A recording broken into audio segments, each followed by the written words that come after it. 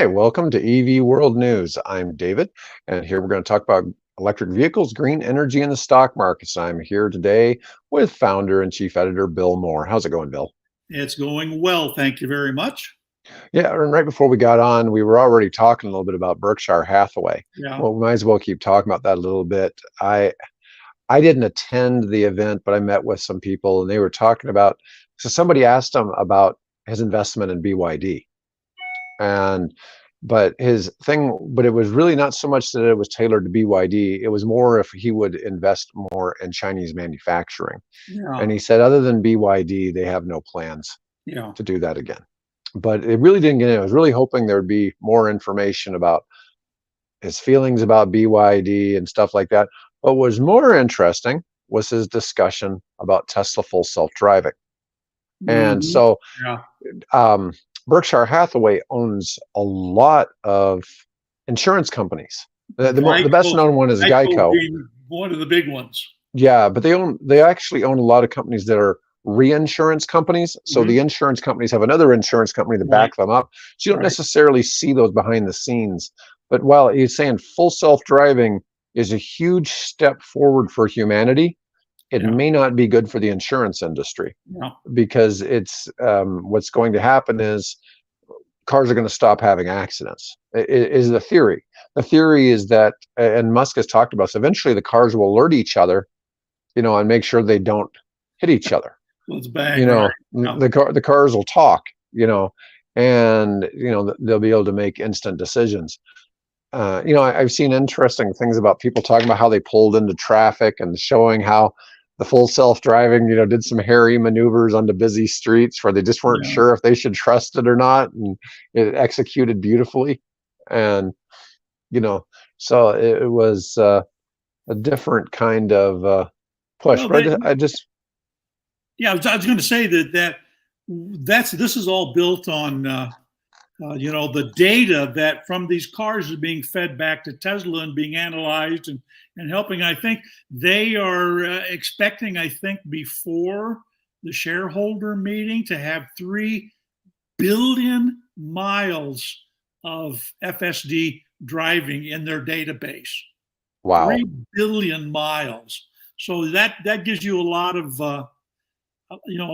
data to tweak and make improvements. I was watching one guy today who was commenting that he has the latest model, Tesla with FSD, and he said that he would use it about 20 to 30% of the time because the rest of the time he just wasn't comfortable with it. Then with this latest release, he's allowing the car now to drive up to 80% of the time, which is a quantum. What is that? 400% improvement. My math is crazy, but people are getting comfortable with that. So that made that the comment that Warren said is that it might be bad for our bottom line, but it's good for humanity. Yeah, I thought that was a nice thing he said. The other thing that was pretty impressive, and even Elon Musk was surprised by this, Berkshire Hathaway is sitting on almost $200 billion in cash, which is almost as much. $2 billion. Yeah, which is triple what Apple is sitting on, and it's almost as much as Elon Musk's personal net worth. And but that's not, Elon doesn't have cash. He just is the main owner in Tesla and SpaceX. He potentially has that if he decided to cash it all out at some point. So yeah. And then of course Elon says, "Well, Warren, you're looking for something to buy. Why don't you, buy us, invest in us?" So I don't know. How would he's got. We can talk about this if we come to the subject of Apple and Rivian. Okay, right. We get down to that. Well, I never really thought about the idea of, because we look at the Saudis and Lucid, we look at Jeff Bezos and Rivian, and obviously it's Tesla and Musk, but that's Musk obviously is running the company, but you've got these people with large amounts of money running some of these companies now, and I think that makes certain companies like Lucid and Rivian a safer bet, because the fact that if Lucid ever really, the price got bad, the Saudi royals would just take it private. And there was talk, people thought that was going to happen in January of this year. And so there was a run up then, and it looks like it's poised to have another run up. Well, But yeah, and the Saudis, one of their investment arms, I think, has said that over the next 10 years, we're going to buy 100,000 Lucids. right. 10, So it has to 10,000 stay a in year. business. Yeah. But they're going to build them in Saudi Arabia. Yeah, we'll build them over there, sure.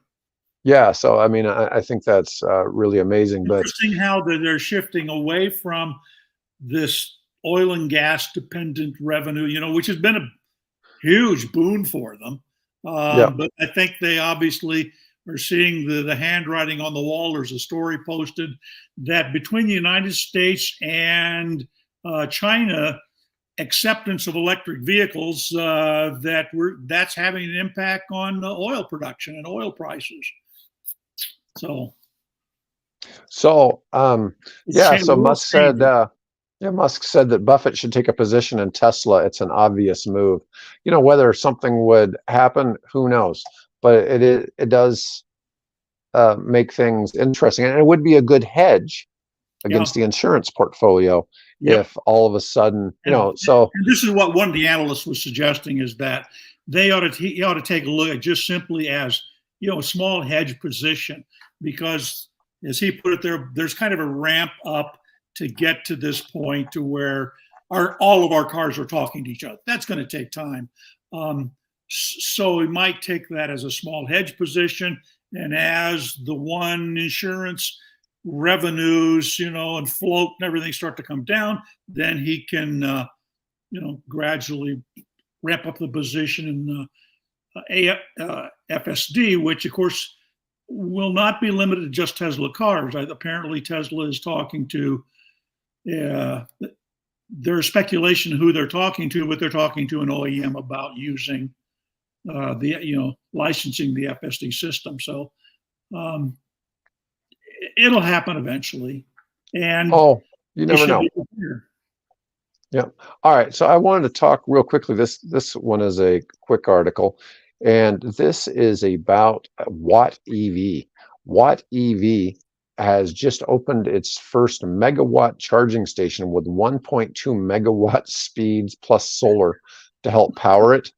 Now, this is obviously, these are for tractor trailers, okay? Because the biggest right now, what was it? It was 500 kilowatts, but that Gravity EV could go to 800 kilowatts, I think. And this is a 1.2 megawatt, so that'd be 1,200 kilowatts. But no car can take more than 375 right now. Yeah. So, anyways, this would really fill a car fast, though, if you could take that kind of juice. But these are designed for tractor trailers. Yeah. Watt EV says its charge depot in Bakersfield, California. It has the first MCS charger in North America, fastest as well. Tesla has a number of 750 kilowatt chargers deployed behind the fence in Pepsi and Tesla facilities, but this is the 1.2 megawatt charger, beats those in speed, and is also publicly available. Now, there's more than one challenge with this, and this is probably something I probably should have saved for Mike Herzog, but you've got to provide juice to this. Mm-hmm. So it's not just a matter of having that cord out there, to hook up to. You've got to be able to produce enough electricity, and that's one of the reasons they were saying they have solar there.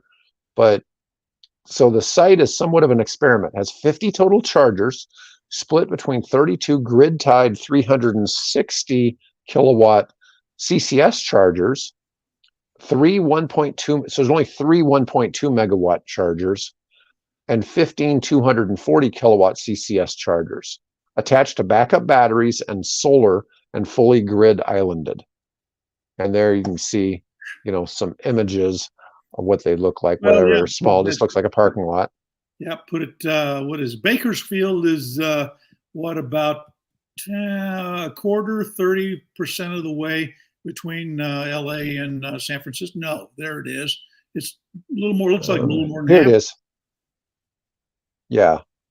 So yeah, it's a little bit north of I drove on it. there. I drove on it once, but it was just grape fields after grape yards after grape vineyards. It's a beautiful drive, but it's all ag. No, I understand. I understand. But, once again, this is California, which is a lot further along than the rest of the US in Oh yeah, terms of, what's going on with EVs and things like that. But I just thought I'd cover that because that really shows where charging is going, and eventually, and I think on the tractor trailers, there's talk of having, multiple battery packs so you can charge on both sides at the same same time. Yeah, time. yeah. Yeah, and I've always wondered why we don't do that with the cars, even because in our part of the country, the charging stations aren't ever full. So it would kind of make sense if you could be charging two at the same time, cut your time and you know and cut your time in half, right? I mean, Well, it seems to me that seems like an easy solution, right? yeah. Well, it's just it's engineering, and you'd have to obviously split the packs, and obviously it can be done. Whether it would be cost effective, and whether there's a need for it, and whether we all have the bladder capacity Right. to warrant putting that in a car. I can see it in a semi. That makes a lot of sense because in their case, time really is money. Hmm. Whether it is for commercial or for a passenger scale vehicle, I don't know if it's worth the effort.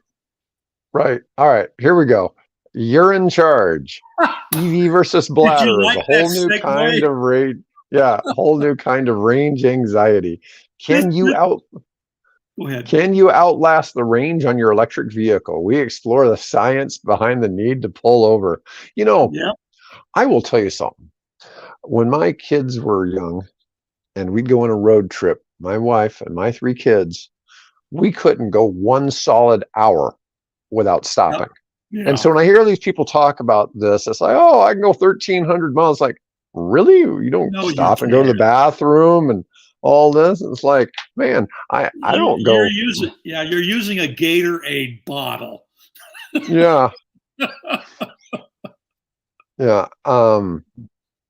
But Well, what was interesting, I had to post this because this is really an interesting way to think about how big a battery do I really need? Because obviously, the bigger the battery, the more the cost, right?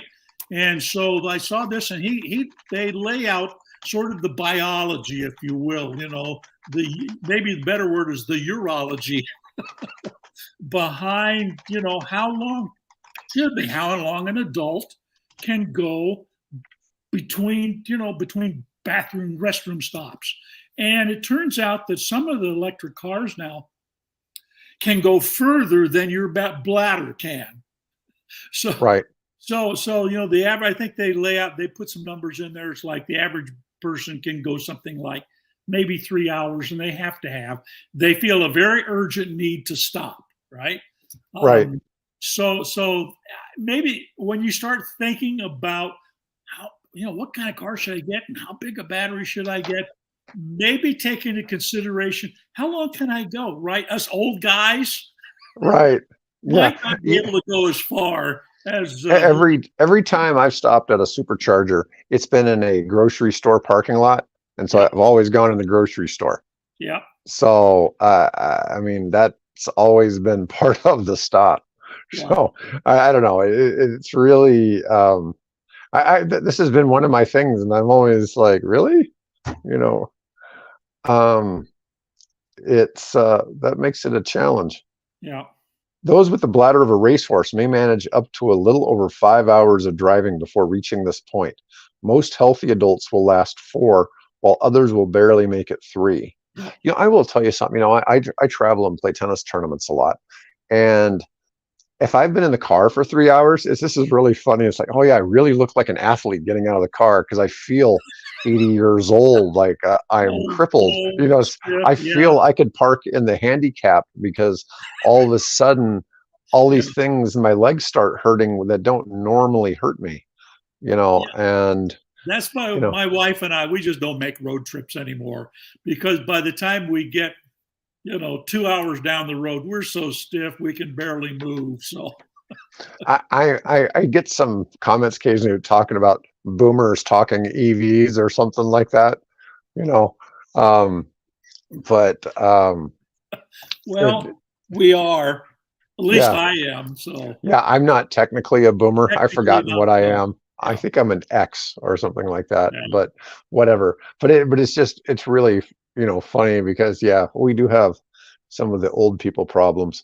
Well, But I would like to point out that I took a lot of care in creating the graphic. I made this one of my top editor's choice, and I took a lot of care creating that graphic on that to illustrate that story. So if you want to get amused, because I mhm, photoshopped it, there is no such graphic anywhere on the internet. So I applied my Photoshop skills and created it. So anyway, check it out, evworld.com, top story, and the editors, and I think you'll get amused. So right, right. Yeah, but it's really funny. They go into how much fluid you can hold in your bladder, and it's yeah. like, well, I don't know if I needed all of that, but I just thought that was, Hey, you know what? We've been talking about a lady killing her dog and her goat, so let's lighten things up a little bit. yeah, yeah. I don't know. Um, it's interesting sometimes that the news picks up. All right, so let's talk about the latest gossip. Oh yeah. So right now, the big story that came out, and this is interesting because this is coming from out of the supply chain.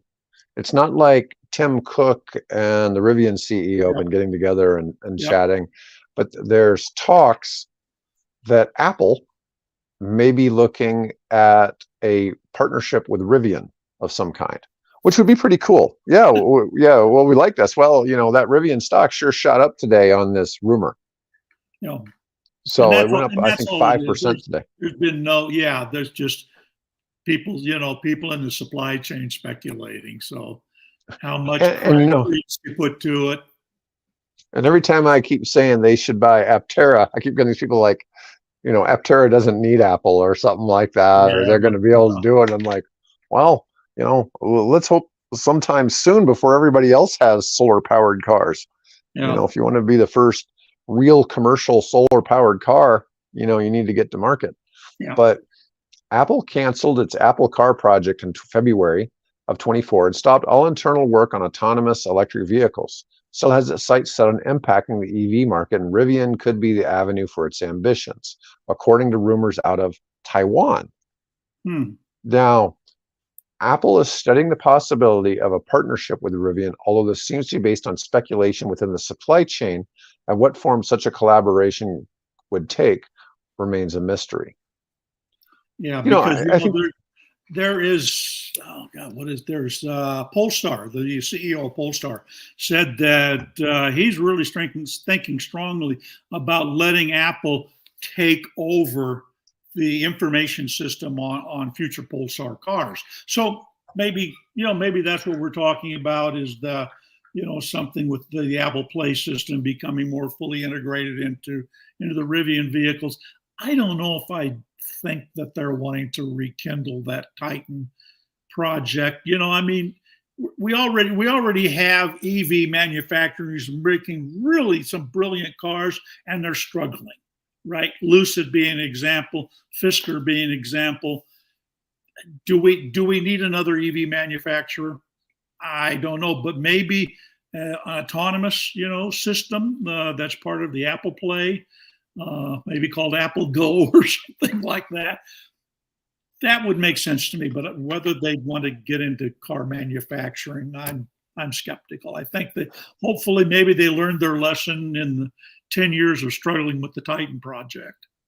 well, I think one of the things is a cash infusion would certainly help Rivian get through some of their, Oh, new absolutely. manufacturing projects and certainly accelerate things.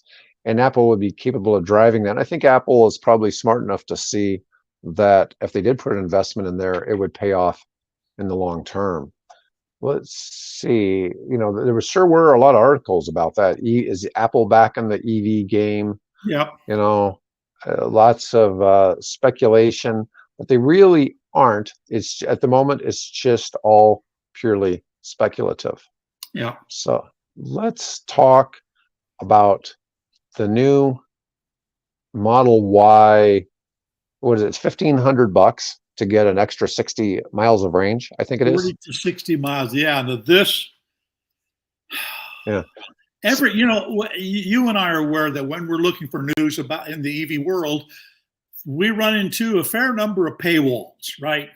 Right. And how frustrating that is what here's this story we'd like to learn about, but I'm not in the position to pay all, to invest in all those, to get through all those paywalls. I mean, they just can't do it. So here you buy a Model Y at it with a certain capacity battery, but Tesla doesn't give you access to a significant, a fraction of that battery range unless you pay up. Wait a minute. I paid for the whole car. Right. Why I are get you it. withholding some percentage of range from me because I won't, pay for? I can see that with FSD, but to do that, They probably look at it the same way as satellite radio. You either pay for the satellite radio or you don't. You want to subscribe to the extra 60 miles or you don't. Yeah. I'm not a big fan of it. There used to be some processors I think were sold that were quad core processors that were sold in some way. The BIOS disabled one core. I'm not 100% sure that was really going on, but there was speculation that was somehow some of AMD's 3-core processors. And if you wanted more, you had to subscribe to something. Yeah. But anyways, they're offering essentially a software upgrade to give you another 60 miles of range on the standard rear-wheel drive to make it essentially a long range. Yeah. And that's a pretty big. But that's a pretty big upgrade. You're not putting any more cells in my car. No. You're just software limiting what I have access to. I think there's going to be some opposition to that. I mean, I would be upset.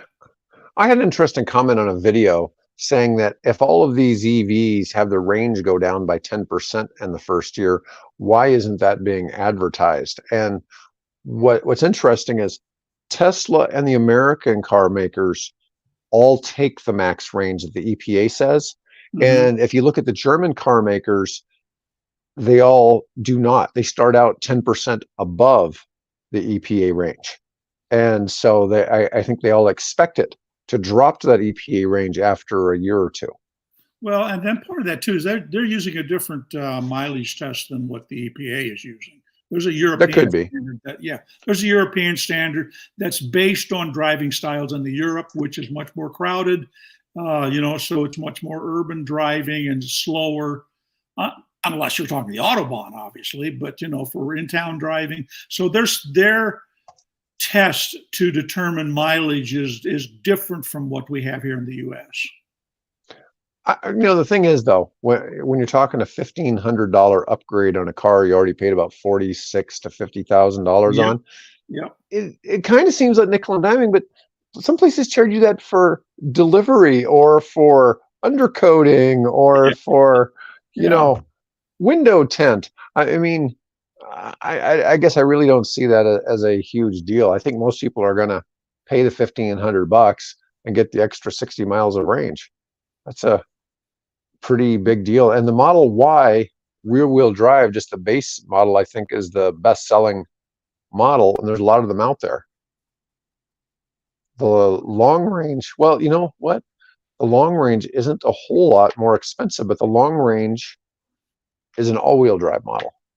So, there's some differences here.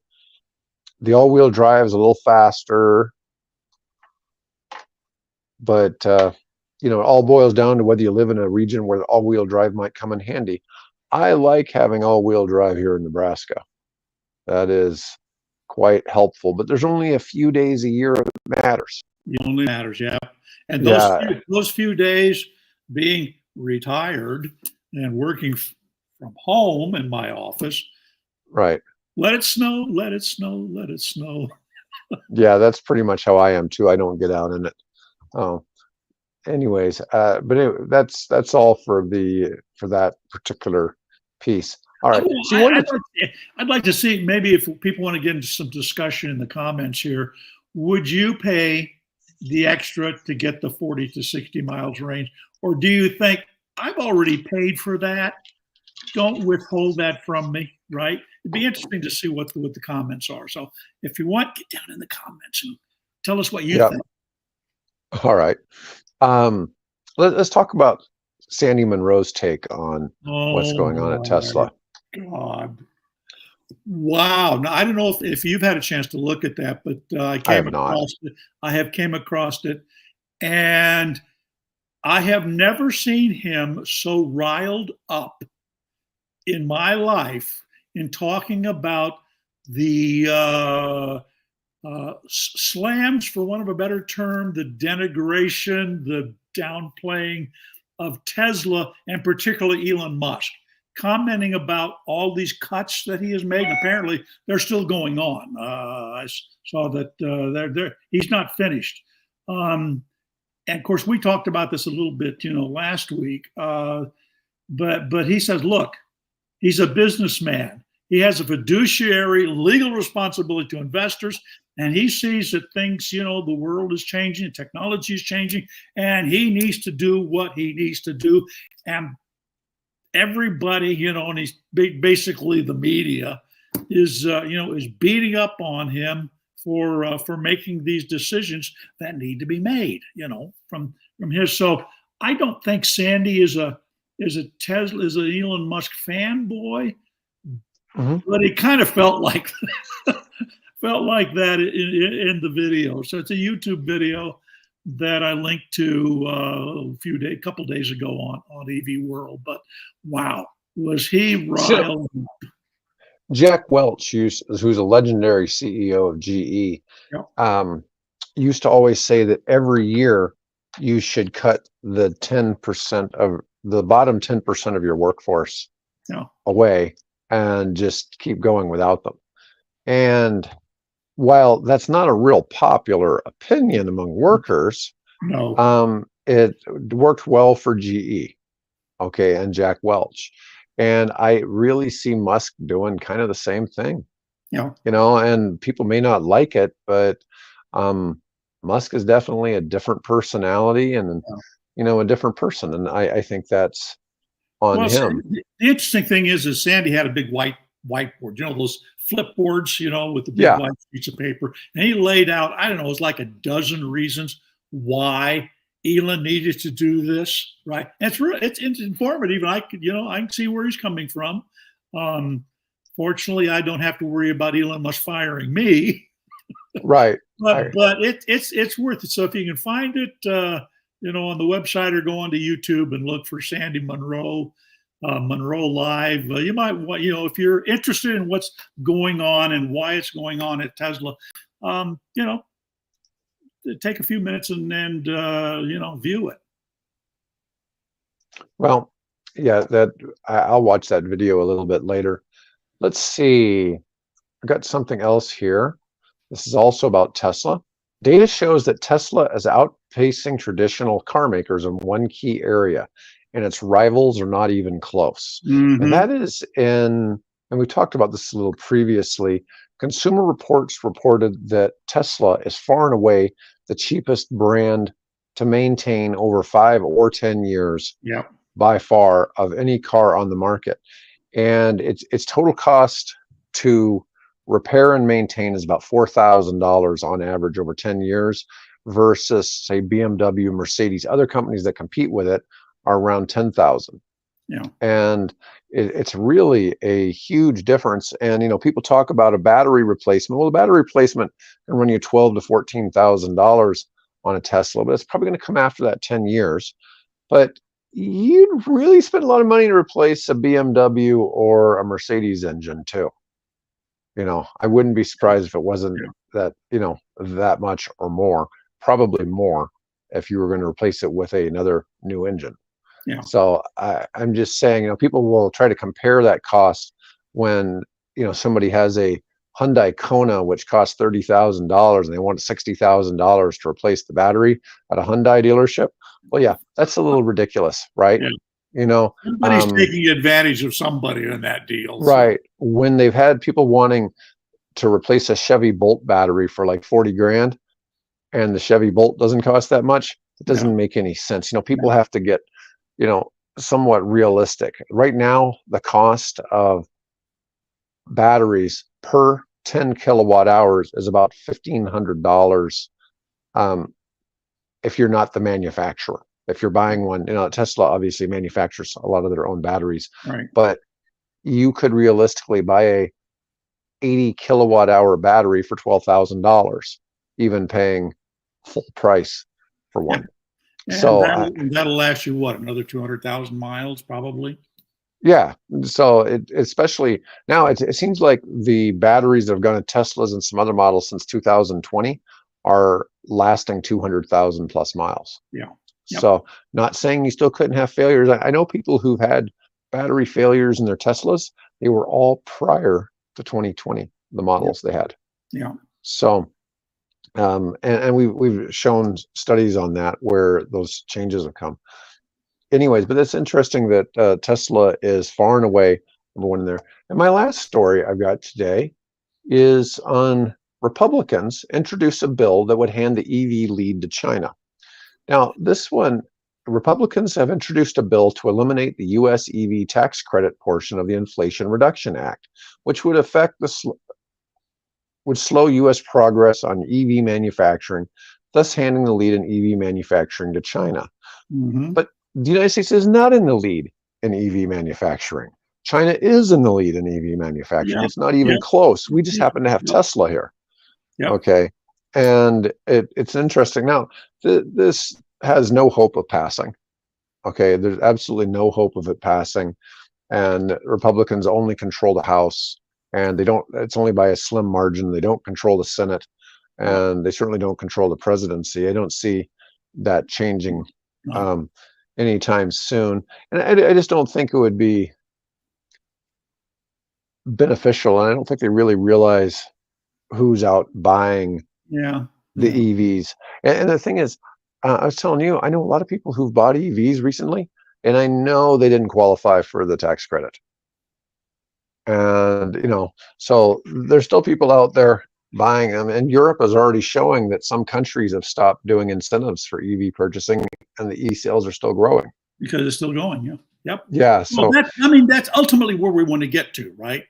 Is that we want to, we get to the point to where we don't have to use incentives, like that federal, taxpayer dollars to get people to take a look at these, because these vehicles sell themselves. Once you've got one, it's like, I mentioned the guy that's, owns the company that, is going to do the roof after our hail damage, drives an F-150 Lightning, says he says, I will never go back. I'm never going back to gasoline for my personal car. Now, his company fleet, he still has gas, but for himself personally, he says, I'm never going back. Once you drive one and you have one, you realize how much better that technology is than what we've had for the last 100 years. So, I mean, they sell themselves, but you have to get over that initial reaction of people saying, well, yeah, but I can't drive to grandma's and, and I have to stop. And that's getting less and less of an obstacle. And, and it'll change. We have to provide some carrots initially to get people to take a look at the technology. And once you get in it, they love it and they aren't going back. I'm not going back. 10 to 15 years ago, I used to do a fair amount of traveling. And if I was going to travel in my own vehicle and drive somewhere, I would go rent a fuel efficient car and do the trip, because a lot of times the car rental was almost I paid for by the amount of gas I saved. Well, you that too, know, and if because you're I drove big driving an older SUVs. car and Yeah. get something, new and, you know, better, ride and whatever, if you're going to take a Mhm. long trip, yeah, rent it. What's wrong with that? People do that every time when they go take an airline flight somewhere. What do? They don't go down to a dealership and buy a clunker. They rent something from National or Hertz or Right. Avis or whatever. So yeah, do that. And the rest of the time, the 95% of the time that you're driving around town and things like that, man, go electric, for crying out loud. Yeah. So the Republican bill is called the Elite Vehicles Act, and it's introduced by Senator John Barrasso from Wyoming, who's Yeah. received $526,000 from the oil and gas industry in this Yep. election cycle. Wyoming's main industries are all tied to oil, so it's And interesting coal. to see that. Yeah, Yeah. but it's funny to see that. It's so Now, painfully obvious, isn't it? yeah, the act doesn't do anything to get rid of the $760 billion in subsidies received by polluting industry each year in the US. Yep. This could be done through making polluters pay for the pollution they cause. Yeah. But anyways, I'm not sure. The funny thing about the article was how Chinese auto benefits and the US is harmed. But China is already, doing good with that. And it would make it harder for the other companies, though, to sell if all of a sudden you take away the tax credit and then you just add the 27% tax. It really wouldn't be that hard for some of these companies to come in here, but you're going to have to spend a little bit more money on the national highway traffic safety standards or whatever. I forget what the whole, what the whole saying is, but anyways, that's pretty much where that's going. But I agree with you. I don't think that bill's going anywhere. that bill's not going to go anywhere. No. Anyways, well, I thought we'd actually end up going a little longer today, but we got through everything pretty quick. That's great. The Rivian Apple thing really didn't last. There wasn't any meat to that. It was really, there wasn't any like Tim Cook quotes. There wasn't anything. No, really exactly. Sorry, the news. I keep hoping either Aptera, right? Mm-hmm. Come on now, Canoe. If you want something really sort of in the spirit of Apple and stuff like that, go with Canoe, guys. Yeah, Canoe definitely needs some help. Jack my share prices up. Yeah, there you go. Well, they probably need some leadership change too, though. Yeah. Considering, I don't know how you recover. I look at some of the things Mullen has done. We talked about there's another company, I just can't think of their name right now, but they're also in the autonomous vehicle space. That their stock trades for like $1. There's a few people out there that they've got naked short sale attacked, but things got worse for the company. So what happens is, let's say you've got a stock trading at $10 and you get naked short sale attack and your stock goes to $1. Well, you used to have this $10 stock and your company maybe was worth $500 million. Now it's only worth $50 million. Yeah. But at $500 million, you could go out and you could borrow. Right. You could borrow money to bring in and support operations. But at that $50 million price point, you can't do it. And so this really is a problem for somebody like Canoe, for Lucid, for Rivian. They've all gone through this. Fisker. Yeah, they've all gone through, some of the stuff. And the naked short sale thing is not legit. It's at no fault of the company, but it's illegal trading practices. Yep. And these need to stop. But the SEC and FINRA are not doing anything about it, or if they are, it's really weak. And these things really hurt the industry because Canoe is a promising company. Yeah. They've got some cool ideas, but if they can't go out and borrow because their stock's been trashed, then it makes it really tough. Right. Rivian did a little bit of that. We've talked about Greenland Tech a bunch of times. Greenland was a victim of it. The Greenland stock isn't doing real great right now either, but part of it is they haven't had any good news lately. So they haven't had any bad news either. but they Well, haven't. yeah, and in general, the EV industry is, has been under. In fact, I think there's an article that I posted that basically says that the Republican Party is doing everything they can to trash this shift over to EVs. So you got that kind of political momentum, trying to. Well, we don't want to change. We don't want to go into the future. We like what we had in the past, right? That kind of thinking is going to hurt the American people, and particularly investors and things. No, it's definitely going to have negative connotations in the future. Yep. Yeah. So I really it drives me kind of crazy when I see some of that discussion, because I don't think that EVs should be political. And I talk about this a lot on the channel. Is I want to see the big three succeed. Yep. Okay. They're just making mistakes. Yep. Looks like there you are. You're back. Blip. Yep. I was abducted by aliens there for just a brief moment. Oh, you want to get into some interesting discussions about aliens? Oh, do we have something new today?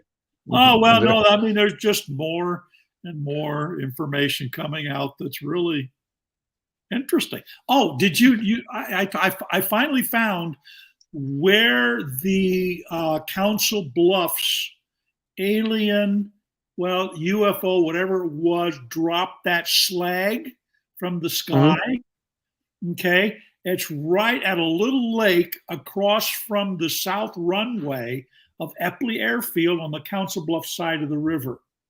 Because I keep hearing about this because Gary Nolan from Berkeley, I think he's in Berkeley, has been studying that material that was collected, and and so he talked about it again. I thought, okay, Council Bluffs, where in Council Bluffs? Well, I think it's called Little Bear Lake, and it's right across the river from the south end of the I forget the number of the runway, but from the runway to Epley Airfield, which I thought, so there was a UFO sitting off of the end, slightly to the south of the approach to Epley Airfield.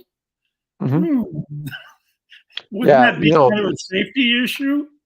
Yeah, well, that weird metal definitely has made people in Council Bluffs a little crazy. I had somebody I met with this weekend. They asked, what do people in Nebraska or in Omaha think of Council Bluffs? And I said, it's like that cousin we don't talk about. Oh, they're nice people over there. They're nice people. Oh, no, I know. If anybody that might be listening from Council Bluffs, which I don't think has internet access, so it's probably unlikely. No, I'm just kidding. Well, I spent a little portion of my life. I started grade school in Council Bluffs. Oh, not in Council Bluffs, but in Iowa, down in Hamburg. So my dad was an Iowan. So I have an affinity. My daughter went to school there and got her PhD from the University of Iowa. So I have a love, and I've got a lot of good friends and relations that live there. So not knocking Iowa at all. I'm not particularly enamored with the governor and the Republican, House over there, but overall, they're really good people. So, all right, well, Bill, we might as well cut it. We're losing viewers the more we talk about UFOs. Anyways, folks, thanks for watching today. We had a good crowd today, and tune in tomorrow for Mike Herzog, the grid engineer, and we'll be back. Have a great day. Thursday.